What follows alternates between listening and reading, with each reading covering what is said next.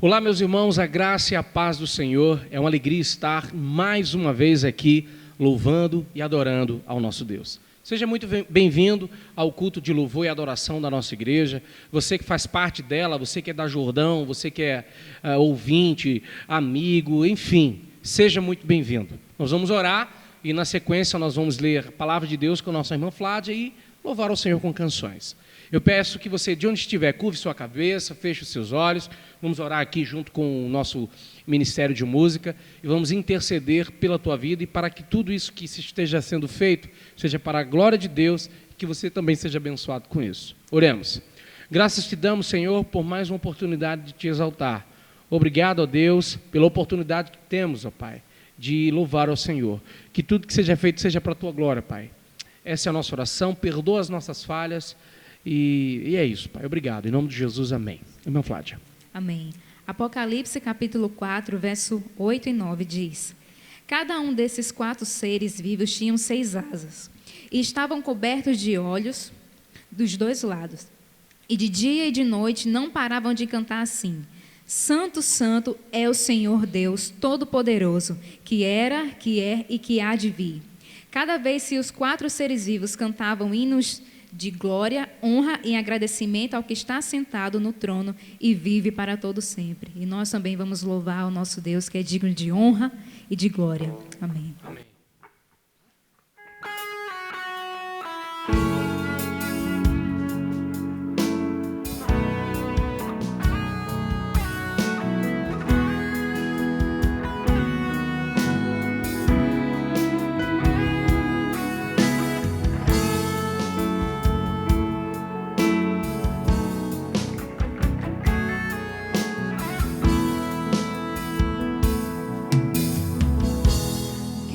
Ser como criança, te amar pelo que és, voltar à inocência e acreditar em ti. Mas às vezes sou levado pela vontade de crescer, torno-me dependente e deixo de simplesmente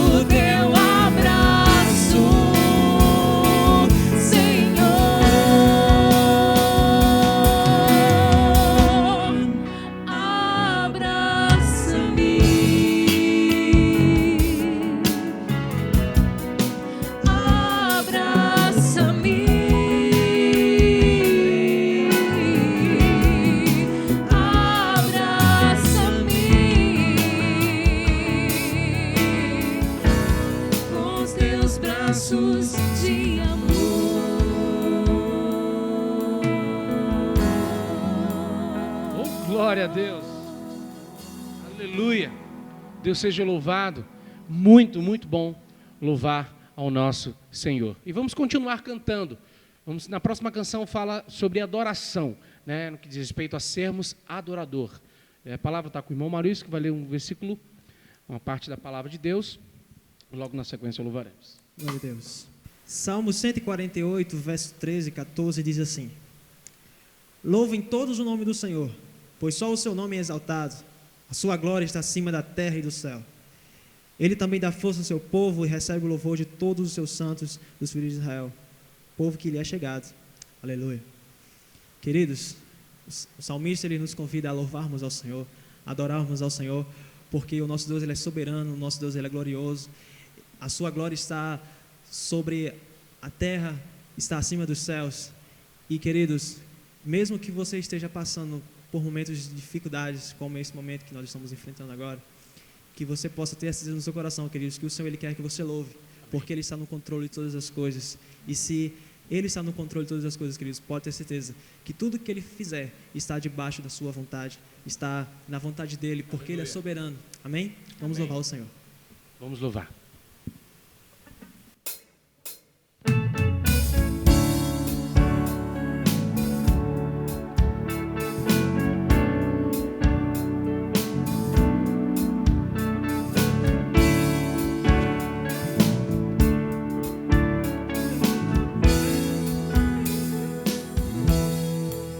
Quero dar o melhor de mim. Quero oferecer sacrifício de louvor. Quero ser bem mais do que já sou. Um adorador por excelência me tornar. Eu não vou me importar com o que vai acontecer. Eu só quero te exaltar. Tu és a razão do meu viver. E eu não posso me calar.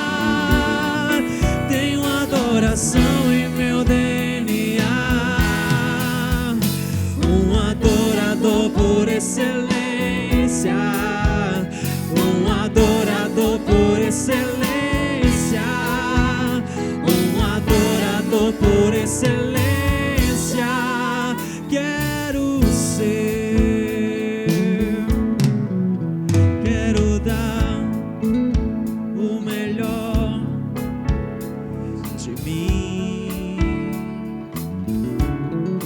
Quero oferecer sacrifício de louvor. Quero ser bem mais do que já sou. Um adorador por excelência me tornar. Eu não vou me importar com o que vai acontecer. Eu só quero te exaltar. Tu és a razão do meu viver. E eu não posso me calar. Tenho adoração em meu DNA. Um adorador por excelência. Um adorador por excelência. Um adorador por excelência. Quero ser um adorador por excelência. Um adorador por excelência. Um adorador por excelência. Quero ser.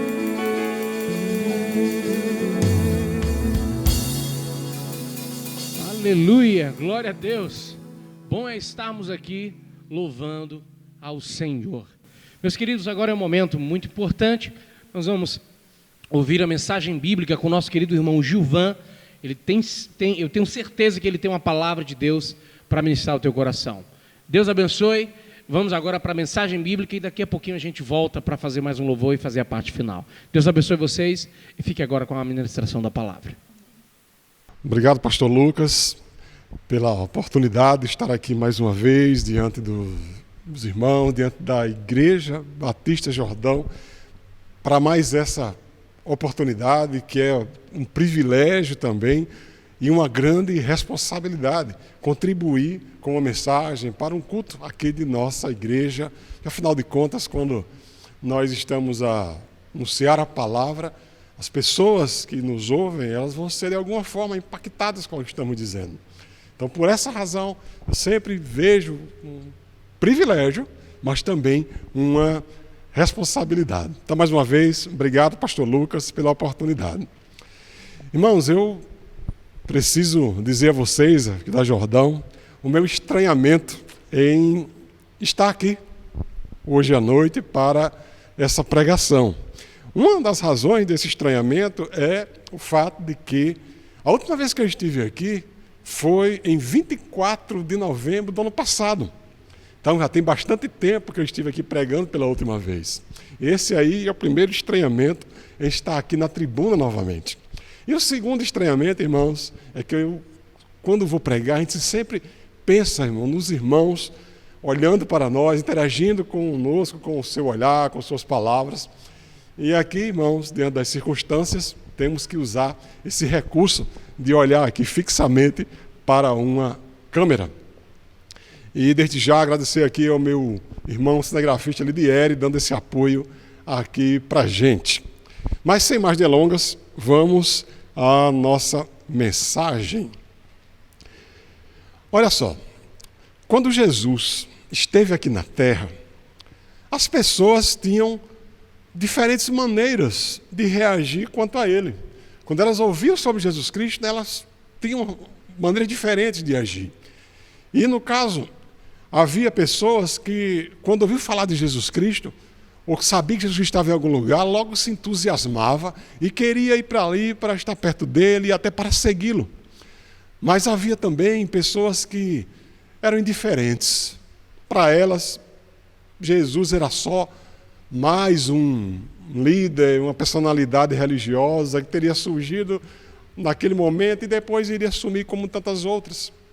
Mas havia também outro grupo de pessoas que olhavam para Jesus com rejeição. E essas pessoas até criticavam Jesus Cristo.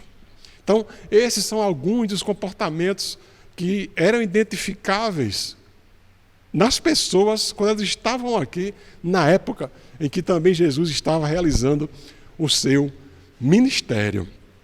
E na mensagem de hoje, nós vamos ter a oportunidade de observar o comportamento de dois desses grupos. Vamos ver como dois comportamentos são possíveis para as pessoas na época em que elas estavam diante de Jesus, tinham a oportunidade de acompanhar o ministério terreno de Jesus.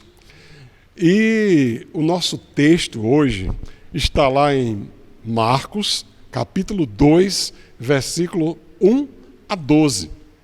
E como nós estamos aqui fazendo um culto online, precisamos otimizar bem o tempo, eu vou, irmãos, fugir aqui, pedir uma licença aqui aos pregadores mais profissionais, pois não vou ler o texto. Vou fazer o seguinte, à medida que a mensagem for avançando, nós vamos lendo esse texto que eu citei, tá bom? Mas quem quiser anotar aí, Marcos 2, versículo de 1 a 12. Olha só, irmãos. Chegando aí, então, nosso texto, Marcos 2, versículo 1 ao 12. Versículo 1 diz assim, Dias depois, entrou Jesus de novo em Cafarnaum, e logo correu que ele estava em casa. Olha só, quem, de repente, leu o livro de Marcos recentemente e quiser depois conferir, vai observar que no capítulo 1 do Evangelho de Marcos. O que acontece? Jesus, ele faz ele se instala em Cafarnaum, melhor dizer, preciso esclarecer isso daqui, deixar isso bem claro. Ele se instala em Cafarnaum, faz uma espécie de cruzada evangelística em todas as vilas e demais cidades da Galileia, e depois ele volta para Cafarnaum. É por isso que o texto aí, versículo 1, diz que Jesus entrou de novo em Cafarnaum. E foi em Cafarnaum que Jesus estabeleceu assim, basicamente, o quartel-general de seu ministério. E o que aconteceu? Quando o povo de Cafarnaum soube que Jesus estava em casa, estava na cidade, e provavelmente essa casa era a casa de Pedro, viu? Provavelmente. Acontece aí o que está escrito no versículo 2, a parte inicial. Diz aí, muitos afluíram para ali, tantos que nem mesmo junto à porta eles achavam lugar. E aqui eu preciso também pegar um pouco do que acontece no capítulo 1 do Evangelho de Marcos. E que é o seguinte, lá no finalzinho do capítulo, versículo 40 a 45 mais ou menos, Jesus realiza uma cura. E as pessoas que viram aquilo ali ficaram maravilhadas com o que Cristo estava fazendo. E aí elas resolvem acompanhar Jesus nos demais lugares que Jesus passou lá na Galileia. E quando ele chega em Cafarnaum, o pessoal que estava já em Cafarnaum fica sabendo dessa notícia, aí juntam-se praticamente essas pessoas que vinham acompanhando Jesus de outros lugares e as que estavam em Cafarnaum e vão justamente para essa casa em que Jesus se estabeleceu. É por isso que o texto diz aí que muita gente afluiu para essa casa e não achava-se mais lugar por ali. Aí, irmãos, vendo aqui o equilíbrio, diz um detalhe aqui que eu preciso também esclarecer para vocês. Olha só, a vida na Palestina era muito pública. E o que quer dizer isso? As pessoas, quando elas acordavam pela manhã, elas abriam as portas de suas casas. E as casas ficavam abertas o dia todo.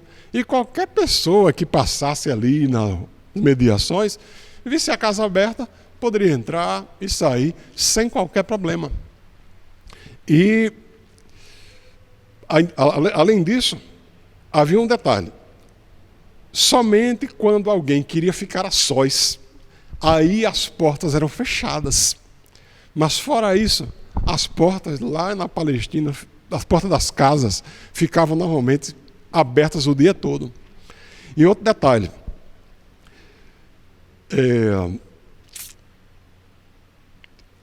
Algumas casas, por serem assim mais humildes, normalmente era a maioria delas, a porta da casa delas dava direto para a rua. Não tinha calçada como algumas casas que a gente conhece por aí. Então essa deveria ser a realidade dessa casa aqui em que Jesus está em Cafarnaum. As pessoas chegavam e logo tomavam conta da frente da casa. E ainda sobre as pessoas que normalmente se aproximavam de Jesus, eu preciso dizer a vocês também que embora as pessoas estivessem encantadas com o que Jesus fazia de milagres e de sinais, ali, naquela casa, Marcos é bem específico. Ele diz que todos estavam lá ouvindo Jesus pregar. Isso é o que diz aí o final do versículo 2. E aí, irmãos, Marcos, fluindo na narrativa dele, Marcos nos fala de um grupo bem distinto de amigos que chega a esse local também. No versículo 3, diz aí, vieram alguns homens trazendo-lhe um paralítico carregado por 4 deles.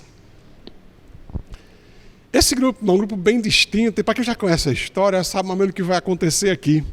Mas antes de a gente entrar, de avançar na história aqui, eu queria que a gente parasse um pouco para ver, irmãos, pensar na situação do paralítico, daquele que estava sendo carregado por esses 4 homens. E, irmãos, nós pelo que lemos no texto, nós não temos informações de há quanto tempo aquele paralítico era doente. Não sabemos também se a paralisia dele era paralisia só dos membros inferiores, ou se era um lado completo dele que era paralisado. Nós não sabemos disso. O que nós, com certeza, podemos afirmar é que ele não tinha como se locomover. Ele era um coxo. As pernas dele, muito provavelmente, não se moviam. E quando nós ficamos muito tempo, irmão, sem atividade, nossos músculos também começam a se atrofiar. Então, quando eu olho e lembro, penso nesse paralítico, eu imagino aquele homem bem mirradozinho ali na sua casa, vendo a vida passar em um corpo que ele imaginava que não pertencia a ele. E, irmãos, dessa forma, nesse quadro aí, ele não poderia de forma alguma se mover. Mas aí, irmãos, olha o que acontece. Como eu falei antes, as portas das casas estavam abertas, ficavam abertas durante o dia. Eu imagino, irmãos, que o paralítico estirado lá no chão da sua casa, talvez, vendo a porta da sua casa aberta, ele via certamente as pessoas se movimentando, indo em direção a um determinado local. E pelas informações e pelo que estava acontecendo ali naquele local, ele já deveria estar sabendo também que Jesus estava em uma casa ali na cidade dele, na vila dele. E aí o que é que esse paralítico, sabendo algumas coisas sobre Jesus, poderia pensar na hora dessas?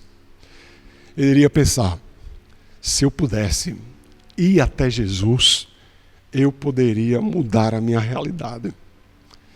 Mas, irmãos, esse paralítico aqui, que está no nosso texto aqui, ele não podia se mover. Estava, de certa forma, entregue ao desespero e à desesperança. O texto também não nos informa com quem o paralítico morava. Não sabemos quem vivia com ele. O que sabemos é que ele não tinha como se locomover sozinho para chegar até Jesus. Mas aí, irmãos, se ele não podia se movimentar sozinho, os amigos do paralítico fizeram aí uma grande diferença. Pois esses amigos do paralítico, lembraram-se da condição de saúde desse amigo deles que jazia lá estirado, sempre no chão da casa, em alguma cama, talvez. E eles, também informados de quem era Jesus, do que Jesus poderia fazer, pensaram: vamos até o nosso amigo, vamos descobrir se ele também quer ir até Jesus. E aí, eles compreenderam isso, foram até o amigo dele, chegaram lá chamando ele, não sei como era o nome dele, dizia: fulano, olha, Jesus está aqui na cidade, você não quer ir até ele? Eu acho que o sorriso do paralítico se abriu um canto a outro da boca, porque surgiu uma esperança para ele.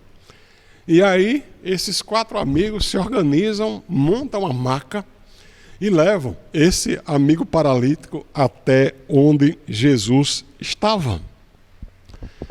Mas aí, irmãos, o fato de eles levarem, ou terem se mobilizado para levar o amigo até Jesus, isso não foi algo que aconteceu de forma tão fácil.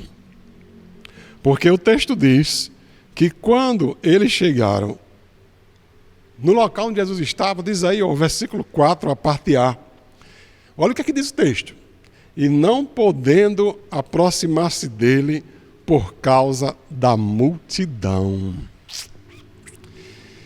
E aí, meus irmãos, fico pensando nesse grupo de amigos levando essa maca, com aquele amigo estirado naquela maca, chegando ali todos empolgados para que aquele paralítico pudesse chegar diante de Jesus. E quando eles chegam diante da casa, está lá a multidão tomando conta de todo o espaço à frente da casa.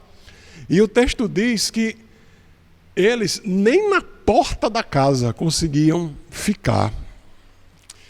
A multidão aqui, irmãos, formou quase que um cordão de isolamento, uma barreira natural para esse grupo poder cumprir e levar à frente todo o projeto deles.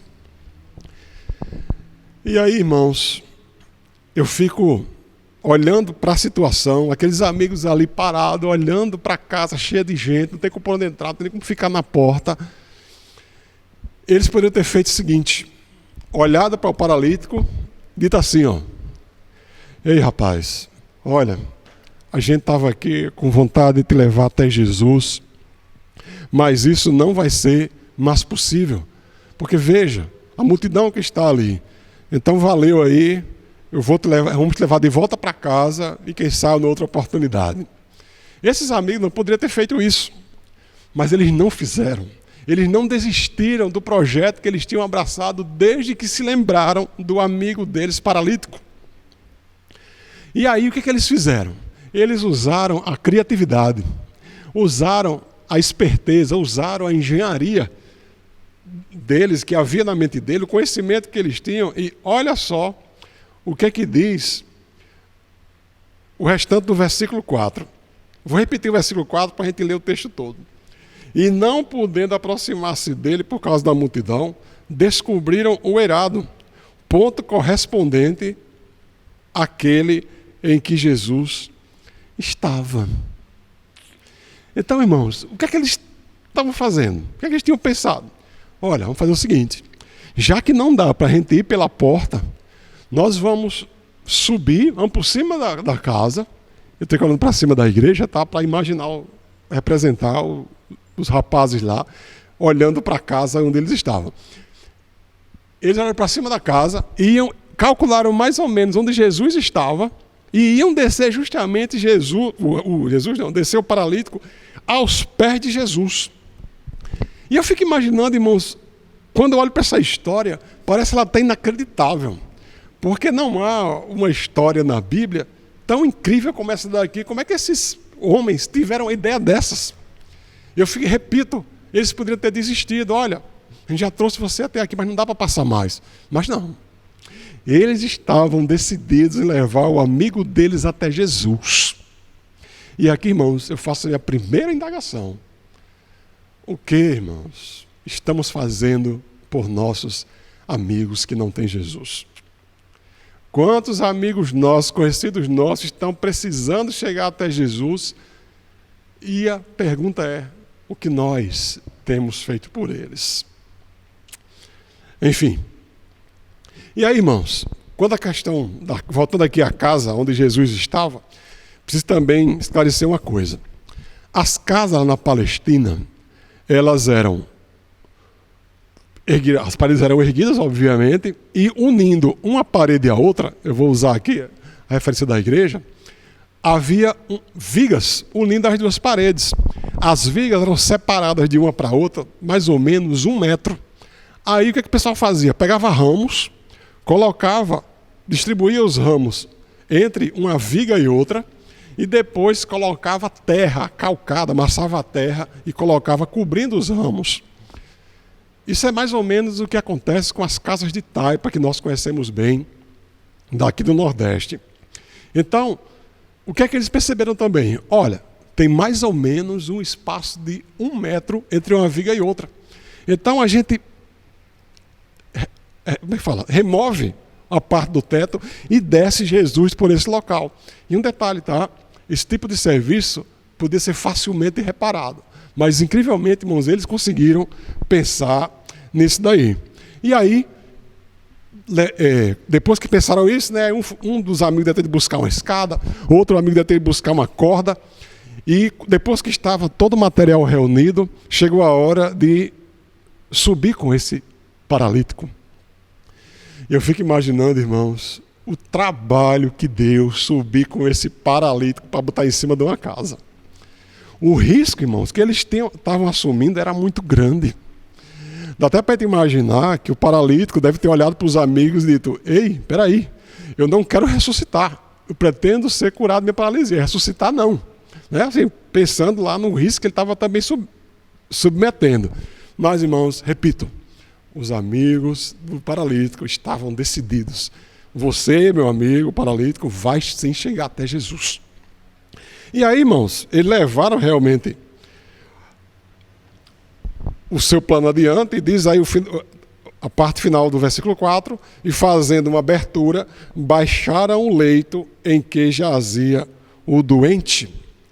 E aí, mais uma vez, irmãos, eu fico assim usando a minha imaginação e fico pensando como era para as pessoas que estavam lá na sala dessa casa.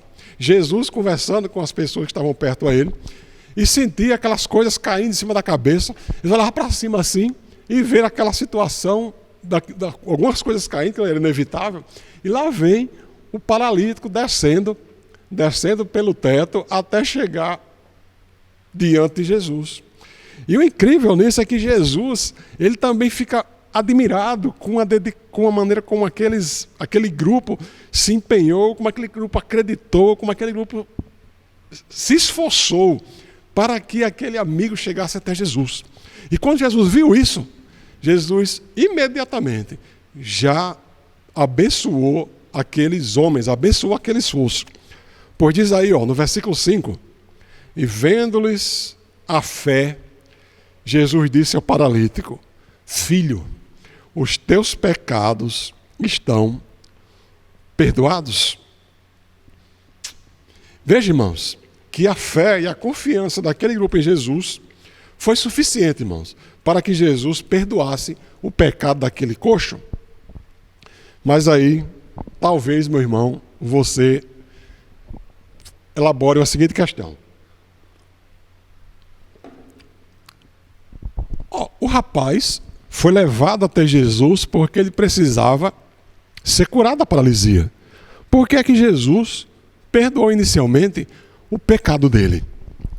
E aí, irmãos, nós vamos precisar falar um pouco aqui sobre um outro grupo de pessoas que estava lá com Jesus, que eram os grupos, irmãos, de religiosos, doutores e mestres da lei, os escribas. E o texto diz aí, mas alguns dos escribas, Lucas é quem dá um pouco mais de detalhes no evangelista sobre esses escribas. Marcos diz apenas, mas alguns dos escribas estavam assentados ali. Esse pessoal aqui, meus irmãos, eram assim os fiscais da religião. Eles eram os farejadores de heresias. E eles estavam indo até Jesus com um propósito apenas. Não era o de aprender, mas sim de criticar. Isso aí confirmando o que eu falei lá na introdução. Tem alguns grupos que aproximavam de Jesus apenas para criticar, e ali ele não queria aprender nada, mas queria apenas apanhar Jesus em alguma contradição. Aí diz aí a qualidade do texto, para o versículo 6 até o início do versículo 7. E arrazoavam em seu coração. Porque fala ele, né, Jesus, desse modo. Isso é blasfêmia. Aí aqui, irmãos, eu preciso trazer um pouco da teologia e do conhecimento, da compreensão que esses religiosos tinham das Escrituras baseados lá no Antigo Testamento. E o que é que esse pessoal entendia ao olhar para as Escrituras do Antigo Testamento? Eles diziam que havia uma relação entre pecado e sofrimento.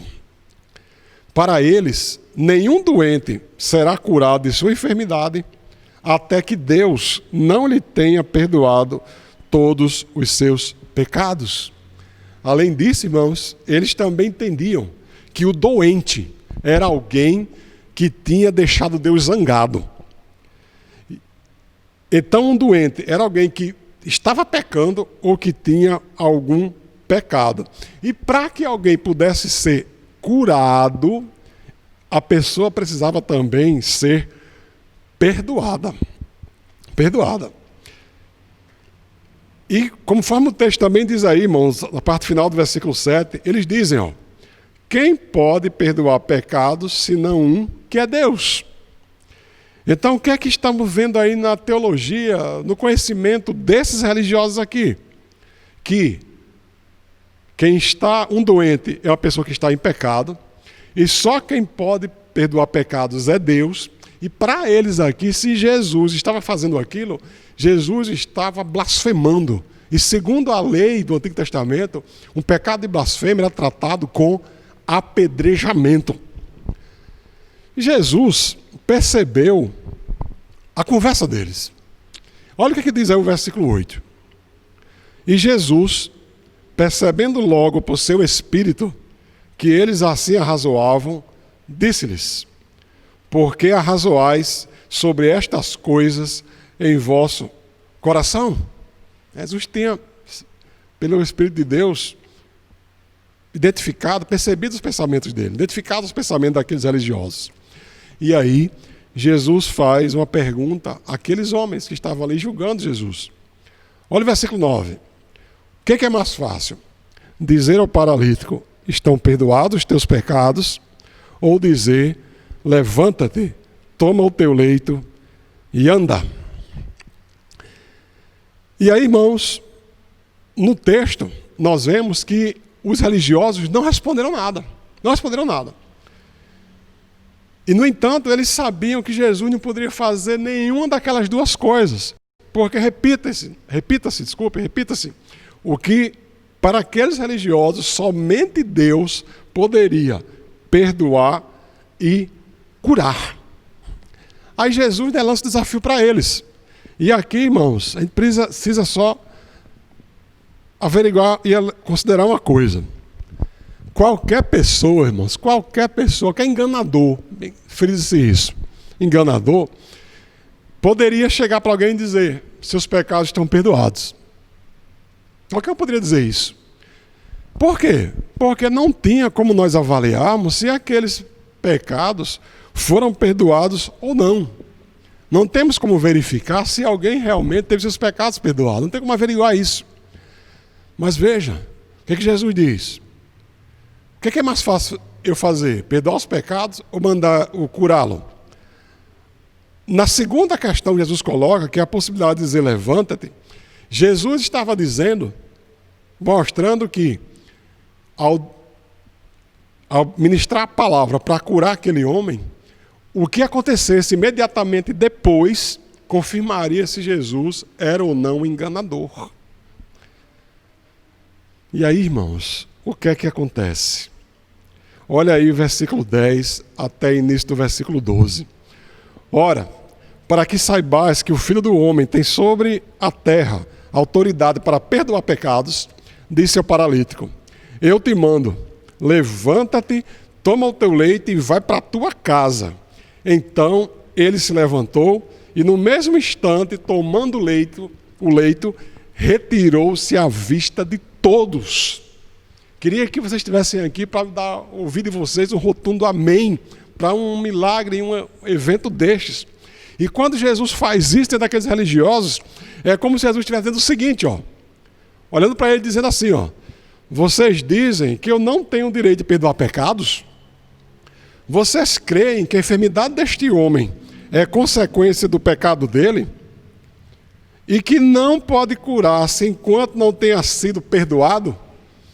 Muito bem, vejam o que eu faço agora. Aí Jesus ministra a palavra salvadora e o homem foi curado.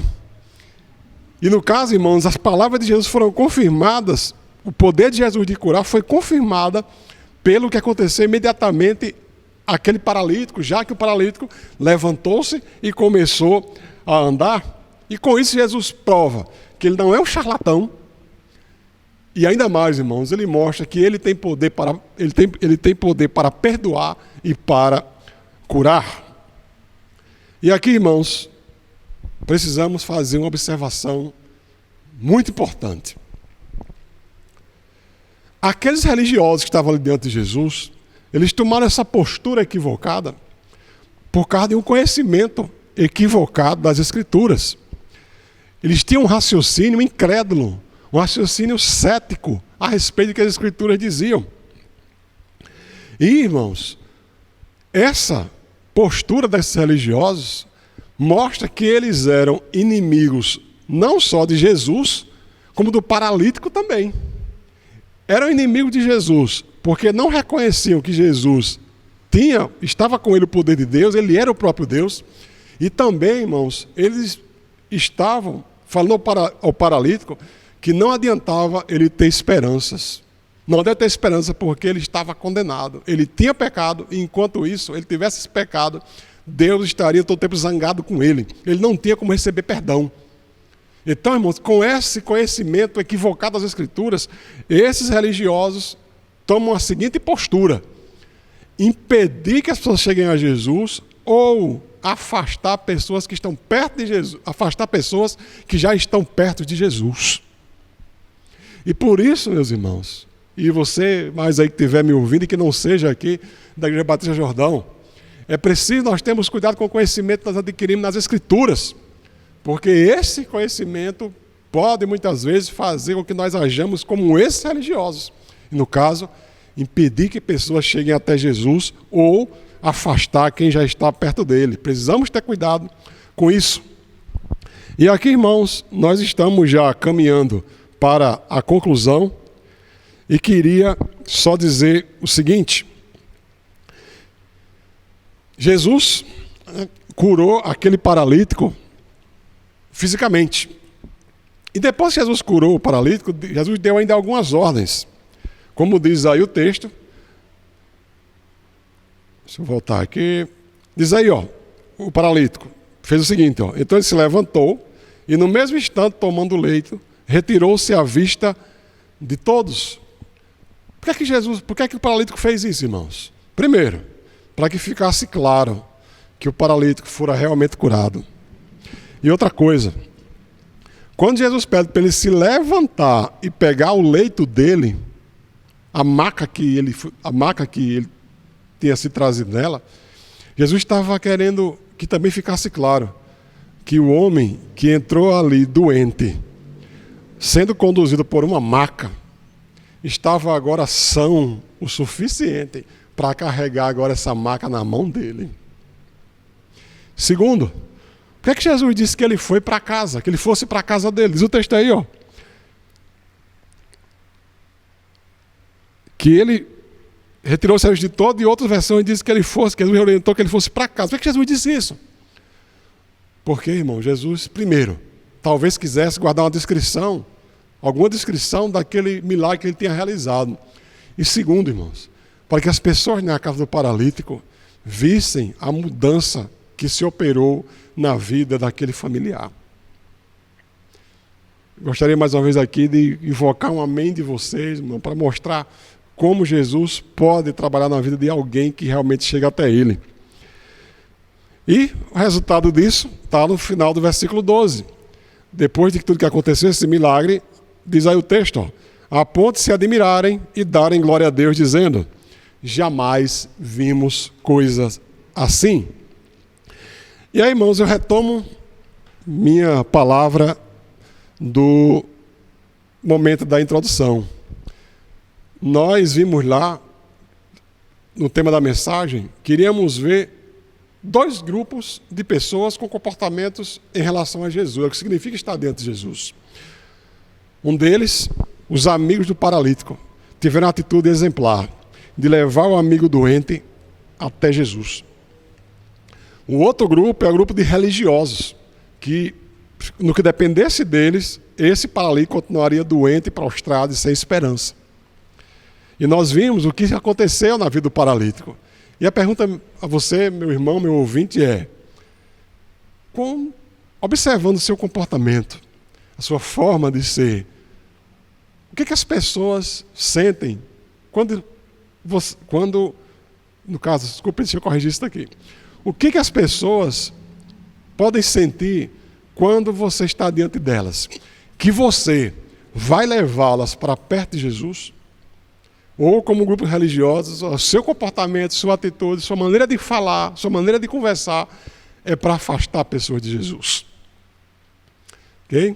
Então, meus irmãos, que Deus aplique essa mensagem aos nossos corações e, ao final aqui da mensagem, Eu quero só mais uma vez agradecer ao pastor Lucas por essa oportunidade e devolver aí a direção do trabalho para ele dar continuidade.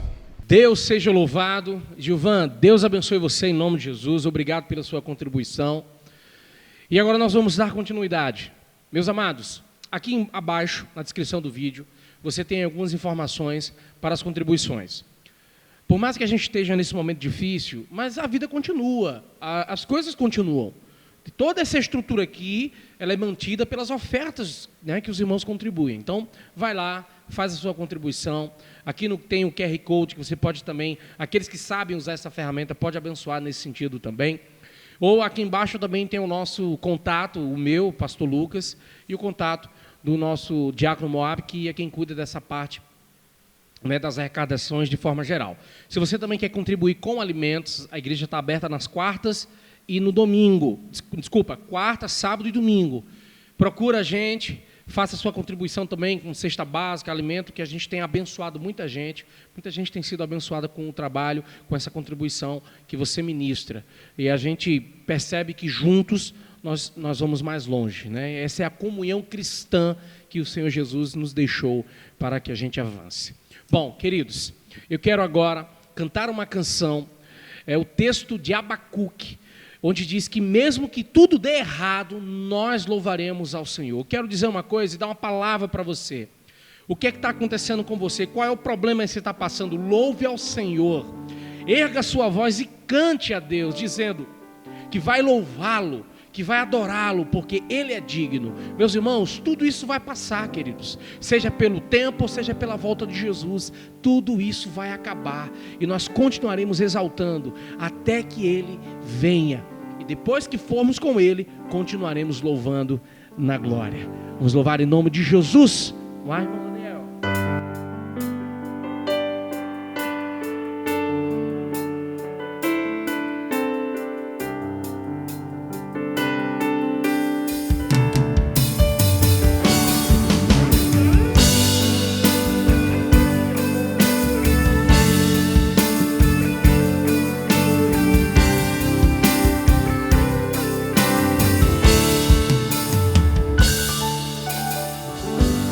Mesmo que não haja frutos na videira, Aleluia!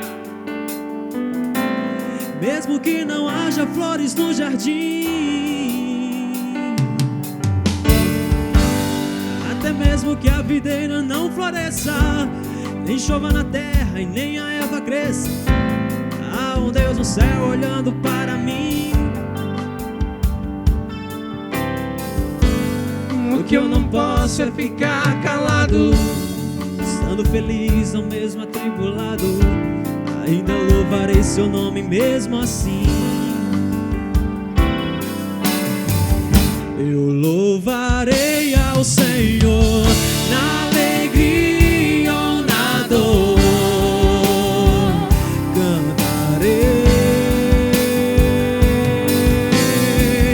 Ele é o meu Salvador, Ele é o meu Senhor,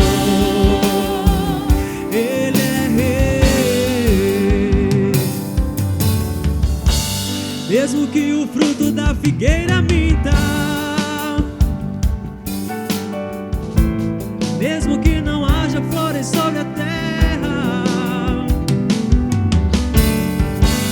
mesmo que não haja ovelhas no curral, mesmo que na terra sobrevenha o mal, louvarei a Ele na paz ou na guerra.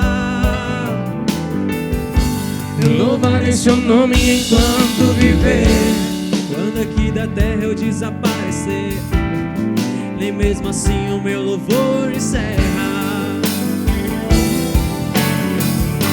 Eu louvarei ao Senhor na alegria ou na dor, cantarei.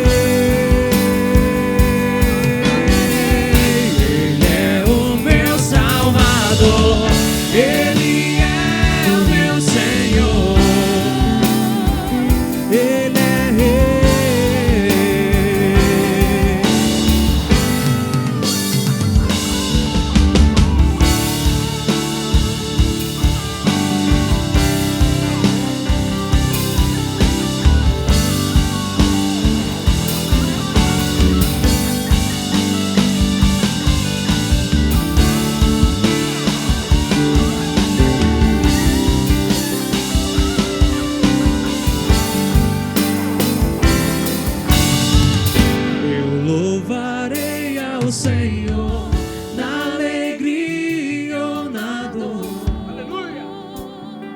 cantarei.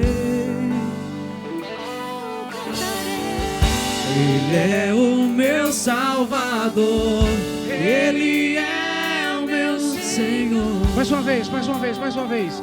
Ele é Rei. Mais uma vez, mais uma vez. Vamos lá, todo mundo. Oh! Eu louvarei ao Senhor na alegria ou na dor. Cantarei. Ele é o meu Salvador, Ele é meu Senhor, Ele é